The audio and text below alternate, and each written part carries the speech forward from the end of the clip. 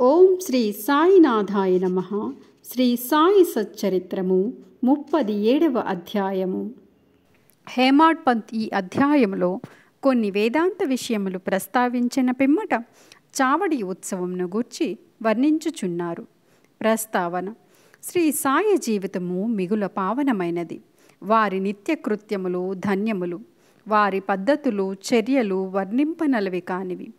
కొన్ని సమయములందు వారు బ్రహ్మానందముతో మైమరచేవారు, మరికొన్ని సమయములందు ఆత్మజ్ఞానముతో తృప్తి పొందెడివారు. ఒక్కొక్కప్పుడు అన్ని పనులు నెరవేర్చుచు ఎట్టి సంబంధము లేనట్లు ఉండేవారు. ఒక్కొక్కప్పుడు ఏమియూ చేయనట్లు కనిపించినప్పటికీ వారు సోమరిగా కానీ నిద్రులుగా కానీ కనిపించేవారు కాదు. వారు ఎల్లప్పుడూ ఆత్మానుసంధానము చేసెడివారు. వారు సముద్రము వలె శాంతముగా తొణుకకయుండినట్లు కనిపించినను వారి గాంభీర్యము లోతు కనుగొనరానివి. వర్ణనాతీతమైన వారి నైజము వర్ణింపగలవారు ఎవ్వరు. పురుషులను అన్నదమ్ముల వలె, స్త్రీలను అక్కచెల్లెళ్ళ వలె చూసుకొనిడివారు. వారి శాశ్వతాస్ఖలిత బ్రహ్మచర్యము అందరూ ఎరిగినదే.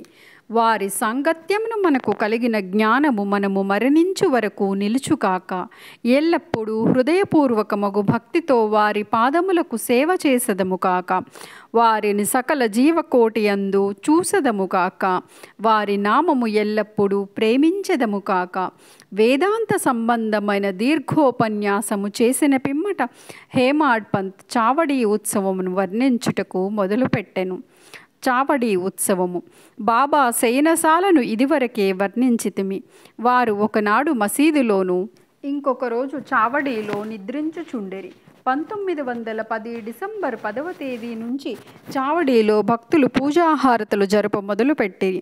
బాబా కటాక్షముచే దీనినే ఇప్పుడు వర్ణింతుము. చావడిలో నిద్రించు సమయము రాగా భక్తులు మసీదులో గుమిగూడి కొంతసేపు మండపములో భజన చేసేవారు. భజన బృందము వెనుక రథము, కుడివైపు తులసి బృందావనము, ముందర బాబా వీని మధ్య భజన జరుగుచుండెను. భజన యందు ప్రీతిగల స్త్రీ పురుషులు సరైన కాలమునకు వచ్చిచుండిరి. కొందరు తాళములు, చిడతలు, మృదంగము, కంజిర, మద్దలలు పట్టుకొని భజన చేయుచుండిరి. సూదంటు రాయవలే బాబా భక్తులందరినీ తమ వద్దకు ఈడ్చుకునేవారు. బయట బహిరంగ స్థలములో కొందరు దివిటీలు సరిచేయుచుండిరి, కొందరు పల్లకీని అలంకరించుచుండిరి, కొందరు బెత్తములను చేత ధరించి శ్రీ సాయినాథ్ మహారాజ్కి జై అని కేకలు వేయుచుండిరి.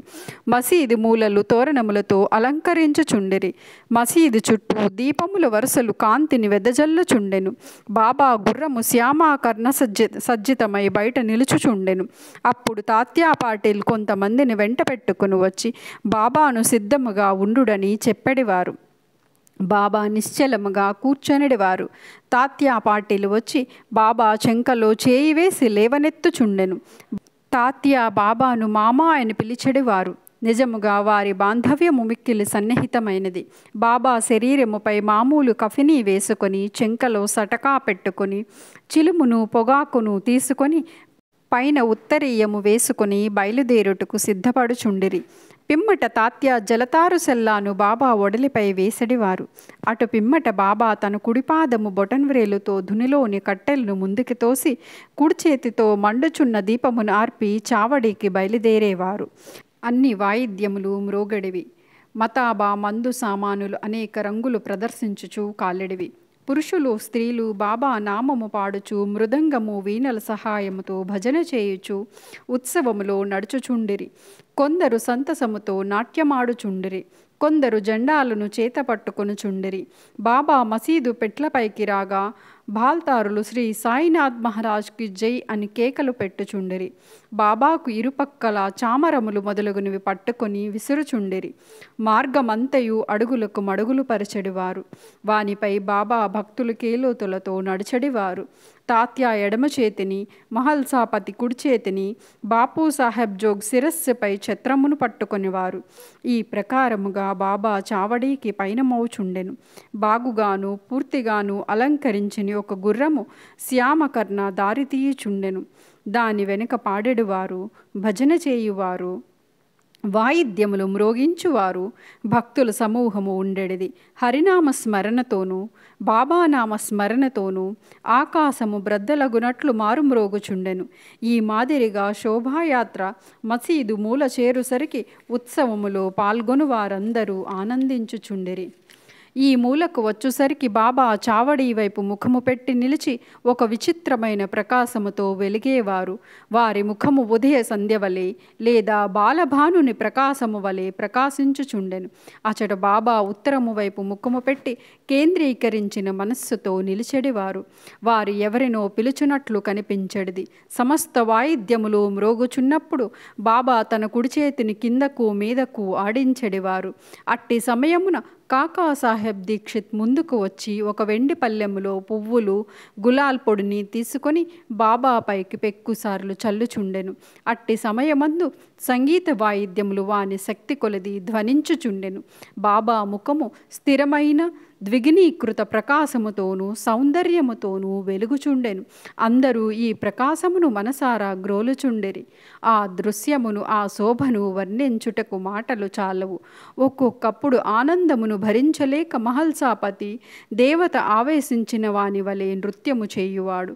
కానీ బాబా యొక్క ధ్యాన మాత్రము ఏమాత్రము చెదరక ఉండేది. చేతిలో లాంతరు పట్టుకొని తాత్యా పాటిల్ బాబాకు ఎడమ ప్రక్క నడుచుచుండెను. భక్త మహల్సాపతి కుడివైపు నడుచుచు బాబా సెల్లాయంచుచు పట్టుకొనిడివారు. ఈ ఉత్సవం ఎంతో రమణీయముగా ఉండేది. వారి భక్తి చెప్పనలవి కానిది. ఈ పల్లకీ ఉత్సవము చూచుటకు పురుషులు, స్త్రీలు, ధనికులు, పేదవారు గుమిగూడుచుండిరి. బాబా నెమ్మదిగా నడుచుచుండెను. భక్తి ప్రేమలతో భక్త మండలి బాబాకు ఇరుప్రక్కలా నడుచుచుండెడివారు. వాతావరణమంతయు ఆనందపూర్ణమై శోభాయాత్ర చావడి చేరుచుండెను. ఆ దృశ్యము, ఆ కాలము గడిచిపోయినవి. ప్రస్తుతము కానీ ఇంక ముందు కానీ ఈ దృశ్యము చూడలేము. అయినను ఆ దృశ్యమును జ్ఞప్తికి తెచ్చుకొని భావన చేసినచో మనస్సుకు శాంతి, తృప్తి కలుగును. చావడిని బాగుగా అలంకరించుచుండిరి. దానిని తెల్లని పైకప్పుతోనూ నిలువుటద్దములతోనూ అనేక రంగుల దీపములతోనూ వ్రేలాడగట్టిన గాజు బుడ్డీలతోనూ అలంకరించుచుండిరి. చావడి చేరగానే తాత్యా ముందు ప్రవేశించి ఒక ఆసనము వేసి బాలీసు నుంచి బాబాను కూర్చుండబెట్టి మంచి అంగరఖ తొడిగించిన పిమ్మట భక్తులు బాబాను 1000 విధములా పూజించుచుండిరి. బాబా తలపై తురాయి కిరీటం పెట్టి పువ్వులు మాలలు వేసి మెడలో నగలు వేయుచుండిరి. ముఖముకు కస్తూరి నామమును మధ్యన బొట్టును పెట్టి మనస్ఫూర్తిగా బాబా వైపు హృదయానందకరముగా చూసెడివారు. తలపై కిరీటము అప్పుడప్పుడు తీయుచుండెడివారు. లేనిచో బాబా దానిని విసిరివేయునని వారి భయము. బాబా భక్తుల అంతరంగమును గ్రహించి వారి కోరికలకు లొంగియుండెడివారు. వారు చేయుదానికి అభ్యంతరము పెట్టువారు కాదు. ఈ అలంకారముతో బాబా మిక్కిలి సుందరముగా కనిపించుచుండిరి. నానాసాహెబ్ నిమోన్కర్ గిర్రును తిరుగు కుచ్చల ఛత్రమును పట్టుకొనుచుండెను. బాపు సాహెబ్ జోగ్ ఒక వెండి పల్లెములో బాబా పాదములు కడిగి ఆర్ఘ్యపాద్యములు సమర్పించి చేతులకు గంధము పూసి తాంబూలము ఇచ్చుచుండెను.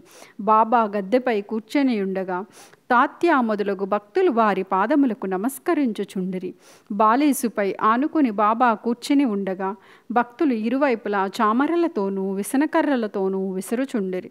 అప్పుడు శ్యామ చిలుముని తయారు చేసి తాత్యాకు ఇవ్వగా అతడొక పీల్పు పీల్చి బాబాకి ఇచ్చుచుండెను. బాబా పీల్చిన పిమ్మట భక్త మహల్సాకు ఇచ్చెడివారు. తదుపరి ఇతరులకు లభించుచుండెను. జడమగు చిలుము ధన్యమైనది. మొట్టమొదట అది అనేక తపఃపరీక్షలు కావలసి వచ్చెను. కుమ్మరులు దానిని తొక్కుట, ఎండలు ఆరబెట్టుట, నిప్పులలో కాల్చుట వంటివి సహించు తుదకు అది బాబా వద్దకు హస్తస్పర్శతో నేర్చుకోనున్నది.